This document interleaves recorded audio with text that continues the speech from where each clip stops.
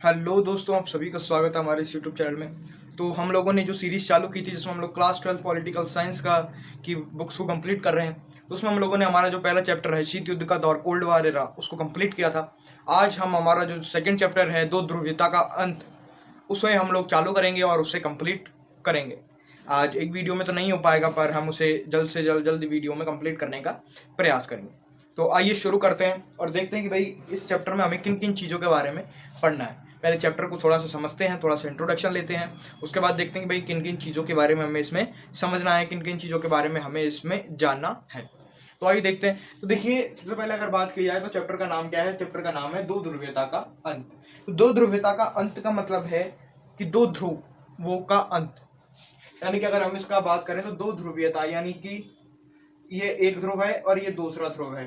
तो दो ध्रुव यानी कि दो ध्रुवों को खत्म करने का मतलब क्या है कि एक ही ध्रुव को रखना, यानी कि एक ध्रुव खत्म हो जाएगा और दूसरा ध्रुव ही रहेगा। तो दो ध्रुवीयता का अंत हो जाता है। कैसे होता है, कौन से दो ध्रुव हैं, उनके बारे में जानकारी लेते हैं। तो देखिए क्या होता है, हम लोग जानते हैं, हम लोगों ने पहले वाले लेसन में पढ़ा है कि 1945 में कोल्ड वॉर चालू हो जाता है।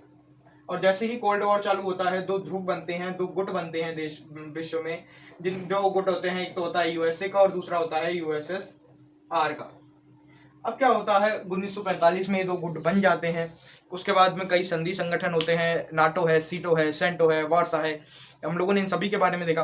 तो क्या होता है कि 1985 में एक व्यक्ति होते हैं, उनका नाम है मिखाइल गोर्बाचेव। कौन? Mikhail Gorbachev. मिखाइल गोर्बाचेव राष्ट्रपति बनते हैं, कहाँ के? सोवियत संघ के। सोवियत संघ के जब वे राष्ट्रपति बनते हैं तो वो देखते हैं कि भाई सोवियत संघ में जो नौकरशाह है, जो वहाँ की प्रणाली है, वह बहुत ही दूषित हो चुकी है। तो वो उसमें कई सारे बदलाव करते हैं और उसमें आमूल चूल परिवर्तन कर देते हैं। आमूल चूल परिवर्तन का मतलब है कि बहुत ही कड़े निर्णय वहाँ पर लिए जाते हैं, कड़े परिवर्तन किए जाते हैं। अब जब परिवर्तन किए जाते हैं तो परिवर्तन करने के पश्चात वहाँ के जो राज्य हैं उनमें इसके खिलाफ विरोध प्रारंभ हो जाता है। और विरोध क्यों प्रारंभ होता है, किस कारण से प्रारंभ होता है, उसके बारे में हम लोग देखेंगे। तो देखिए, विरोध प्रारंभ हो जाता है और सबसे पहले और वहाँ के जो 15 गणराज्य हैं जिनसे मिलकर सोवियत संघ बना है, उन्होंने क्या किया, उन्होंने अपने आप को स्वतंत्र कर दिया कि भाई हम सोवियत संघ के साथ नहीं रहना चाहते हैं, हम स्वतंत्र राज्य हैं। और उन सब में सबसे बड़ा जो देश था वो था रूस। तो रूस को ही सोवियत संघ का उत्तराधिकारी बनाया गया। सोवियत संघ के द्वारा जितनी भी संधियां थी, जितने भी नियम कानून कायदे बनाए गए थे, विश्व के संग जो संधियां की गई थी, संयुक्त राष्ट्र संघ का में जो सोवियत संघ की स्थिति थी, उसे रूस को दिया गया क्योंकि रूस सोवियत संघ का एक उत्तराधिकारी बना था। तो इस प्रकार से सोवियत संघ का विघटन हो जाता है। अब इसके बीच में कई सारी घटनाएं होती हैं, कैसे सोवियत संघ का उदय हुआ, कैसे सोवियत संघ के विघटन की ओर परिणति हुई, उन सभी के बारे में हम इस चैप्टर में पढ़ेंगे। तो आई होप आपको इसका इंट्रोडक्शन समझ में आया हो। अब हम आगे की तरफ चलते हैं, तो आइए देखते हैं। देखिए, इसमें हम लोग सबसे पहले जिस चीज़ के बारे में पढ़ेंगे वो है रूस की समाजवादी क्रांति। कौन सी है? रूस की समाजवादी क्रांति। रूस की समाजवादी क्रांति। देखिए, रूस में एक क्रांति हुई थी जिसे रूस की समाजवादी क्रांति कहते हैं। इसके जो थे वो थे व्लादिमीर लेनिन, इसके प्रणेता थे, यानी कि उनके द्वारा ये क्रांति करवाई गई थी। क्रांति 1917 में हुई थी। ठीक है, इसके बारे में हम लोग पढ़ेंगे। ठीक है, उसके बाद हम लोग पढ़ेंगे मिखाइल गोर्बाचेव की नीति के बारे में। सॉरी, इसको हम लोग बोल सकते हैं विघटन के कारणों के बारे में। विघटन के कारणों के बारे में। कारण। तीसरा पॉइंट हम लोग पढ़ेंगे कि क्या क्या हुआ विघटन के समय, क्या क्या हुआ विघटन के समय, क्या क्या हुआ, क्या क्या हुआ। ठीक है, चौथा पॉइंट जो हम लोग पढ़ेंगे वो है विघटन के परिणाम। विघटन के परिणाम।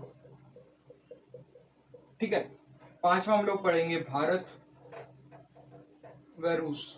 भारत व सोवियत रूस, क्योंकि भारत के जो संबंध है वो सोवियत संघ और रूस दोनों से ही अच्छे रहे हैं। सोवियत संघ का उत्तराधिकारी कौन था? सोवियत रूस ही था। तो इसलिए सोवियत संघ और रूस के दोनों के साथ भारत के संबंध बहुत अच्छे रहे हैं। उन संबंधों के बारे में हम लोग चर्चा करेंगे। तो हमारे जो मुख्य पॉइंट है वो है रूस की समाजवादी क्रांति, विघटन के कारण, विघटन के समय क्या क्या हुआ, विघटन के परिणाम। तो आइए इन सभी के बारे में एक एक करके धीरे धीरे से पढ़ना प्रारंभ करते हैं। तो देखिए, हमारा जो पहला पॉइंट है वो है रूस की समाजवादी क्रांति। तो देखिए, हम लोगों ने जैसे कि देखा कि भाई रूस में सन 1917 में समाजवादी क्रांति होती है। समाजवादी क्रांति जो हुई थी वो व्लादिमीर लेनिन के नेतृत्व में हुई थी। ठीक है, किसके नेतृत्व में हुई थी, कब हुई थी, ये हुई थी सन 1917 में। सन 1917 में ये हुई। नेतृत्वकर्ता जो थे उसके कौन थे, इसके नेतृत्वकर्ता थे व्लादिमीर लेनिन। कौन थे, व्लादिमीर लेनिन। व्लादिमीर लेनिन इसके कर्ता धर्ता थे। ठीक है, और नेतृत्वकर्ता में ही एक बात आती है कम्युनिस्ट पार्टी। Communist party. अब ये कम्युनिस्ट पार्टी क्या है, इसको समझने से पहले थोड़ा सा समझते हैं। तो देखिए 1917 में जब रूस की क्रांति हुई थी उससे पहले रूस में जार का शासन था, यानी कि जार मतलब एक राजा शासन करता था, उसे जार कहा जाता था। ठीक है, वह जार शासन करता था और उसके शासनकाल में बहुत सारा जो पूंजीपति वर्ग थे उनका दबदबा था, उन्हीं के द्वारा नियम कानून लागू करवाए जाते थे।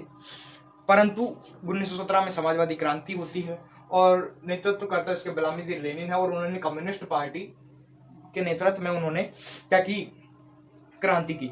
अभी कम्युनिस्ट पार्टी क्या है, तो देखिए कम्युनिस्ट पार्टी ने ही बाद में रूस का मतलब सोवियत संघ का क्या संभाला, शासन संभाला था। अब देखिए कम्युनिस्ट का मतलब होता है समाजवाद। समाजवाद का मतलब है कि जितने भी संसाधन है, जितने भी संसाधन मतलब जितने भी राज्य के संसाधन है, जैसे कि तेल हो गया यानी कि पेट्रोलियम हो गया, उसके अलावा उद्योग धंधे जितने भी हैं वो सब किसके द्वारा लगाए जाएंगे, वो सब लगाए जाएंगे समाज के द्वारा, यानी कि सरकार के द्वारा। विद्यालय सरकारी विद्यालय होंगे, अस्पताल सरकारी अस्पताल होंगे, उद्योग सरकारी उद्योग होंगे। ठीक है, उसके अलावा अगर बात की जाए एयरलाइंस सरकारी एयरलाइंस होंगी, रेलवे सरकारी होगी। ठीक है, अब ये सारी चीज़ें समाजवाद के अंतर्गत आती है, यानी कि इसका जो मूल अर्थ है वो ये है कि समाज के सभी वर्गों को समान लाभ मिलना चाहिए। यानी कि अगर ए और बी ये दो है, ए जो है वो उद्योगपति है, ठीक है, बी जो है वो रिक्शा चलाता है, रिक्शा चालक है। ठीक है, ए ने मेहनत की तो भी उसे 20% ही मिला, मान लेते हैं बी ने मेहनत की उसे भी 20% मिला। अब देश की जीडीपी में उद्योगपति ज्यादा दे पा रहा है या रिक्शा वाला, तो ऑब्वियस सी बात है उद्योगपति ज्यादा देगा देश की जीडीपी को। तो देने के बाद भी अगर कम मिले तो आदमी देना बंद कर देगा। यानी कि समाजवाद का सीधा सा अर्थ है कि समाज के सभी वर्गों को समान अवसर प्रदान किए जाएं और उनको समान लाभ मिले। यानी कि ऐसा नहीं है कि उद्योगपति के पास अगर ज्यादा पैसा है तो वो ज्यादा उद्योग स्थापित नहीं कर सकता या वो और ऊंचे विद्यालयों में नहीं पढ़ सकता है। ठीक है, वह उन्हीं ही सरकारी विद्यालयों में पढ़ना पड़ेगा जहां पर रिक्शा चालक का पुत्र भी पढ़ता है। ठीक है, तो ये हो गई ये बात कि भाई समाजवाद क्या होता है। इसे ही साम्यवाद कहते हैं, यानी कि संसाधनों पर सब पर राज्य का अधिकार होता है और सभी को समान लाभ की बात की जाती है, समाज की बात की जाती है। ठीक है, और इसके विपरीत होता है पूंजीवाद। पूंजीवाद में क्या होता है कि समाज की जो संसाधन है उन पर निजी लोगों का अधिकार होता है, यानी कि उन पर किसी एक व्यक्ति का, एक संस्था का अधिकार हो सकता है। ठीक है, यहाँ तक ये हो गया। अब हम लोग देखते हैं भाई ये रूस की समाजवादी क्रांति कब 1917 में नेतृत्व करता व्लादिमीर लेनिन कम्युनिस्ट पार्टी में के द्वारा। अब इसके परिणाम क्या हुए, इसके परिणाम ये हुए कि रूस में लोकतांत्रिक शासन हो गया, लोकतांत्रिक शासन। ठीक है, बहुदलीय व्यवस्था भी हो गई।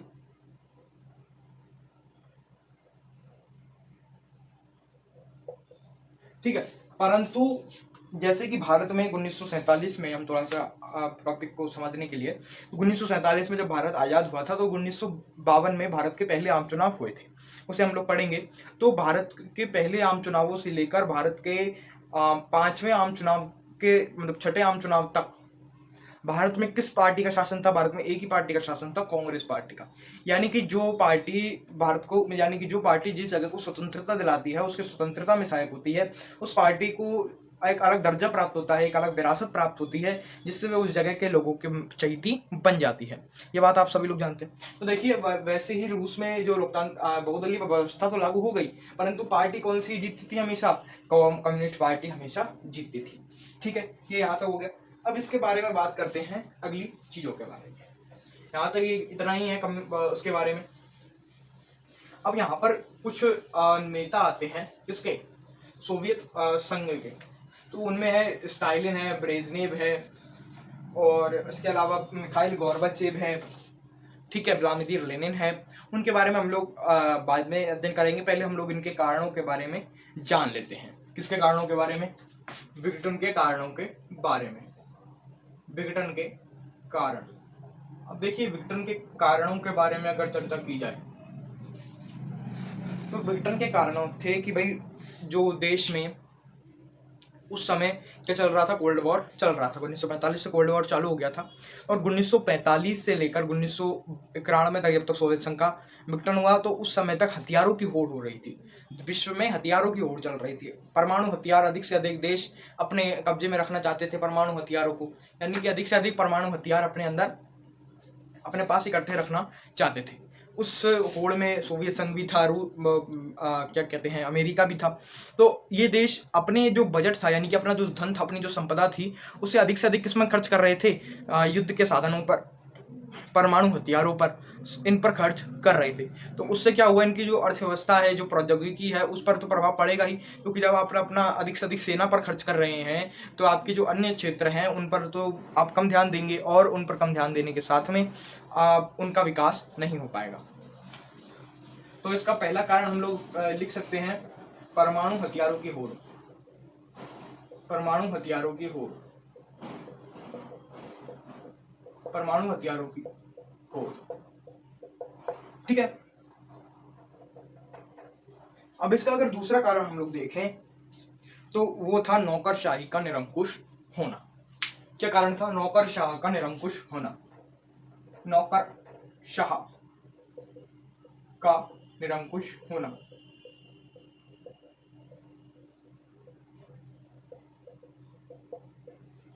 अब नौकरशाह का मतलब क्या होता है? नौकरशाह का मतलब होता है ब्यूरोक्रेट। जैसे कि हमारे देश में आईएएस होते हैं, आईपीएस होते हैं, उन्हें नौकरशाह कहा जाता है। ऐसे ही उस सोवियत संघ में जो नौकरशाह था वो निरंकुश हो चुका था। वो भ्रष्टाचार करता था, वो लोगों को वो सही ढंग से शासन नहीं चला पा रहा था, यानी कि शासन में वो सही ढंग से सहभागिता नहीं दे पा रहा था, शासन को सही ढंग से कंट्रोल नहीं हो पा रहा था। वो लोगों के मध्य में भ्रष्टाचार फैलाते थे, वो अपने मन से काम किया करते थे, ठीक है, और लोगों को जो आवश्यकता थी वो चीज वो उपलब्ध नहीं करा पा रहे थे। इसलिए जो नौकरशाह था वो निरंकुश हो चुका था। ठीक है। तीसरा है कम्युनिस्ट पार्टी का अंकुश। Communist party. देखिए कम्युनिस्ट पार्टी जो थी वो क्या कर रही थी? तो वो एक ही एक पार्टी थी, यानी कि एक ही एक पार्टी बार बार आ रही थी। तो जनता में जो भावनाएं थी, यानी कि जो पार्टी के एजेंडे थे, वो तो सेम ही थे। ठीक है।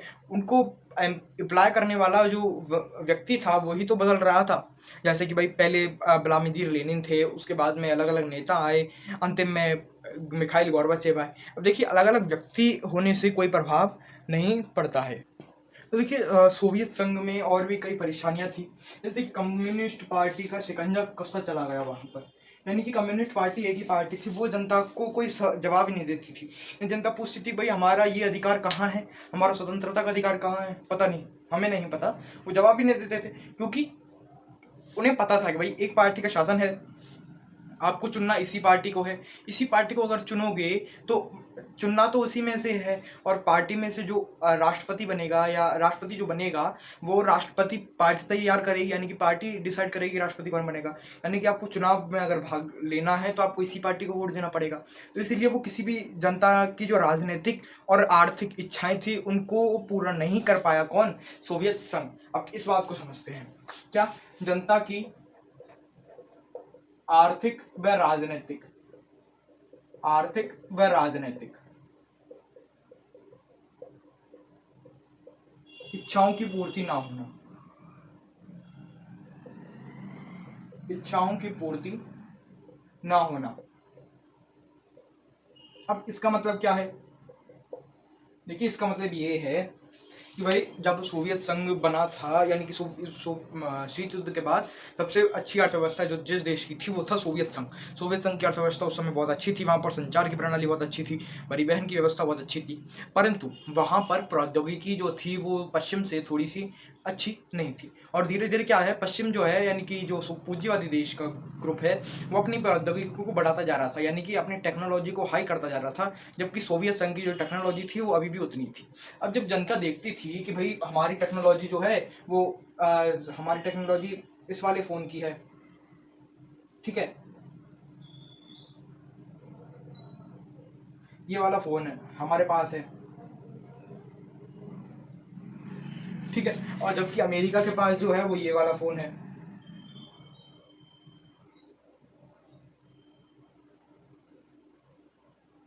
समझ रहे हैं ना कौन सा है? हाँ, ये वही वाला फ़ोन है। तो जब टेक्नोलॉजी में जनता इतना परिवर्तन देखती थी तो वो देखती थी कि भाई हमारे पास आर्थिक हम इतने संबल नहीं है कि हम उतना काम कर सकें, क्योंकि सोवियत संघ में क्या है, समाजवाद था, तो किसी को भी अपनी आर्थिक उन्नति करने का अधिक मौका नहीं दिया जाता था, ठीक है, वहाँ पर प्रौद्योगिकी भी इतनी अच्छी नहीं थी, तो जनता की जो आर्थिक और राजनीतिक इच्छाएं हैं वे पूर्ति नहीं हो पा रही थी। और कम्युनिस्ट पार्टी जो है वो एक तरीके से पूंजीवादी देशों को हराने का काम कर रही थी, यानी कि पूंजीवादी देशों को किस प्रकार से हराया जाए वह उसकी फर्स्ट प्रायोरिटी बन चुका था। अब इसका जो उदाहरण है वो हम लोग कैसे देखेंगे, तो देख लेते हैं अफगानिस्तान में हस्तक्षेप। अफगानिस्तान में हस्तक्षेप, अब इसका जो ये जो पॉइंट है ये वैसे तो कहाँ पर आना चाहिए था, यह आएगा कि ब्रिटेन के मध्य में क्या क्या हुआ, परंतु हम इसे अभी यहाँ पर इसलिए देख रहे हैं क्योंकि ये इस पॉइंट से थोड़ा सा रिलेटेड है। अफगानिस्तान में हस्तक्षेप, अब अफगानिस्तान में हस्तक्षेप का क्या मतलब है? अफगानिस्तान में हस्तक्षेप का मतलब है कि 1979 से लेकर और 1989 तक 10 साल तक जो सोवियत संघ की सेनाएं थी वो कहां पर रही थी? अफगानिस्तान में रही थी। अफगानिस्तान पर सोवियत संघ ने अधिकार कर लिया था। अब जैसे ही सोवियत संघ ने अफगानिस्तान पर अधिकार किया, अमेरिका को ये लगने लगा कि भाई अफगानिस्तान जो है वो मध्य एशिया का एक महत्वपूर्ण देश है, यानी कि अफगानिस्तान की जो जोग्राफिया है वो ऐसा है कि वो मध्य एशिया में है और वो एशिया के सभी देशों के साथ अपने अच्छे संबंधों को बना सकता है अगर वो अफगानिस्तान में रहता है। तो अमेरिका ने यहाँ पर क्या किया, अमेरिका ने जो अफगानिस्तान के कबीलियाई लोग थे, यानी कि अफगानिस्तान में उस समय तक क्या है, कबीलों का शासन था कि भाई ये 15 कि भाई ये कबीले हैं, ये 50 गांव का एक कबीला है, ये 25 गांव का एक कबीला है, तो वो कबीले के सरदार हुआ करते थे। और वो कबीले के सरदारी क्या है कि अगर उन पर कोई बाहर का आक्रमण करता था तो वही अपनी जो सेना होती थी छोटी मोटी, उसी से उसका सामना किया करते थे और अपने आप की रक्षा किया करते थे। अमेरिका ने क्या किया, उन कबीले के लोगों को अपना धन दिया, क्या कहते हैं, हथियार दिए और उन्हें अच्छा प्रशिक्षण दिया और सोवियत संघ के खिलाफ लड़ने के लिए उन्हें प्रशिक्षित किया और उन्हें ही आज क्या कहते हैं, तालिबानी कहते हैं। यानी कि आतंकवाद का जन्मदाता कौन है? आतंकवाद का जन्मदाता है संयुक्त राज्य अमेरिका। और संयुक्त राज्य अमेरिका के 9/11 हमले के बाद में जो आतंकवाद, जिस आतंकवाद को अमेरिका ने जन्म दिया था, उसी आतंकवाद ने अमेरिका की नाक में दम कर दिया था। उसे हम अगले चैप्टर में पढ़ेंगे, ठीक है। तो अफगानिस्तान में जब हस्तक्षेप किया तो देखिए, जब हमारी सेना किसी और स्थान पर रहती है तो हमारी सेना का खर्चा है, भाई सेना के जो सैनिक है उनके खाने का, पीने का, रहने का, वहाँ पर और भी कई सारे हथियार वगैरह हैं, उन सब का खर्चा।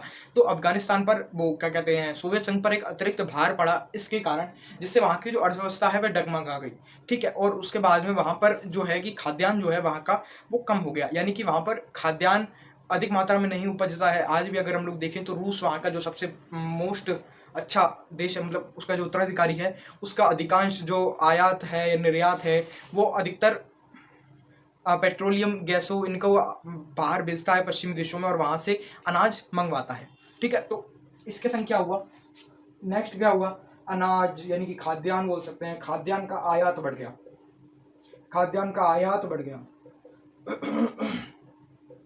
खाद्यान्न का जैसे ही आयात बढ़ा तो खाद्यान्न का आयात बढ़ने से क्या हुआ, देश में एक तरीके का ये माहौल हो गया कि भाई देश में खाद्यान्न की कमी आ गई, देश में जो अर्थव्यवस्था है वो डगमगाने लगी। जो रूबल है, रूबल क्या है, रूबल जो सोवियत संघ की जो मुद्रा थी उसे रूबल कहा जाता था, उस रूबल का मूल्य गिर गया।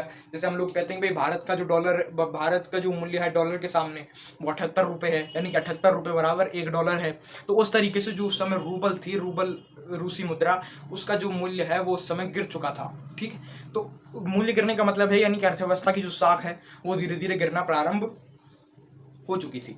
ठीक है, इसके अलावा अगर बात की जाए तो वहां पर जो अर्थव्यवस्था थी वो एक तरीके से रुकी हुई थी। रुकी हुई अर्थव्यवस्था का मतलब है समझने का प्रयास कीजिए। जैसे कि भाई समाजवाद में क्या होता है कि हमारे देश के द्वारा ही सारे उद्योग धंधे लगाए जाते हैं। अब देश के द्वारा ही जब सारे उद्योग धंधे लगाए जाएंगे तो उनमें जो प्रौद्योगिकी यूज होगी उद्योगों में वो किसकी बनी हुई होगी, मेड इन देश की बनी हुई होगी, यानी खुद के द्वारा बनाई गई होगी। अब अगर आप बाहर के देशों को आने देंगे अपने देश में तो वहाँ की प्रौद्योगिकी भी आपके पास आएगी, वहाँ की टेक्नोलॉजी भी आपके पास आएगी, वहाँ पर कैसे काम होता है वो प्रक्रिया भी आपके पास आएगी। लेकिन अगर आप उन्हें आने ही नहीं देते हैं तो वो सारी चीज़ आपके पास नहीं आ पाएंगी। ऐसा ही सोवियत संघ में हुआ। सोवियत संघ में क्या है कि बाहर के देशों को आने की इजाजत नहीं थी, यानी कि बाहरी अर्थव्यवस्था से उनका कोई लेना देना नहीं था। बाहरी अर्थव्यवस्था के जो मतलब कोई भी बाहरी व्यक्ति, मल्टीनेशनल कंपनी वहां पर अपनी फैक्ट्री वगैरह स्थापित नहीं कर सकती थी। तो क्या हुआ, वहां की जो अर्थव्यवस्था है वो गतिरुद्ध हो गई, यानी कि अर्थव्यवस्था में जो पैसा है वो एक जगह ठहर गया और वो उसका आदान प्रदान नहीं हो पाया।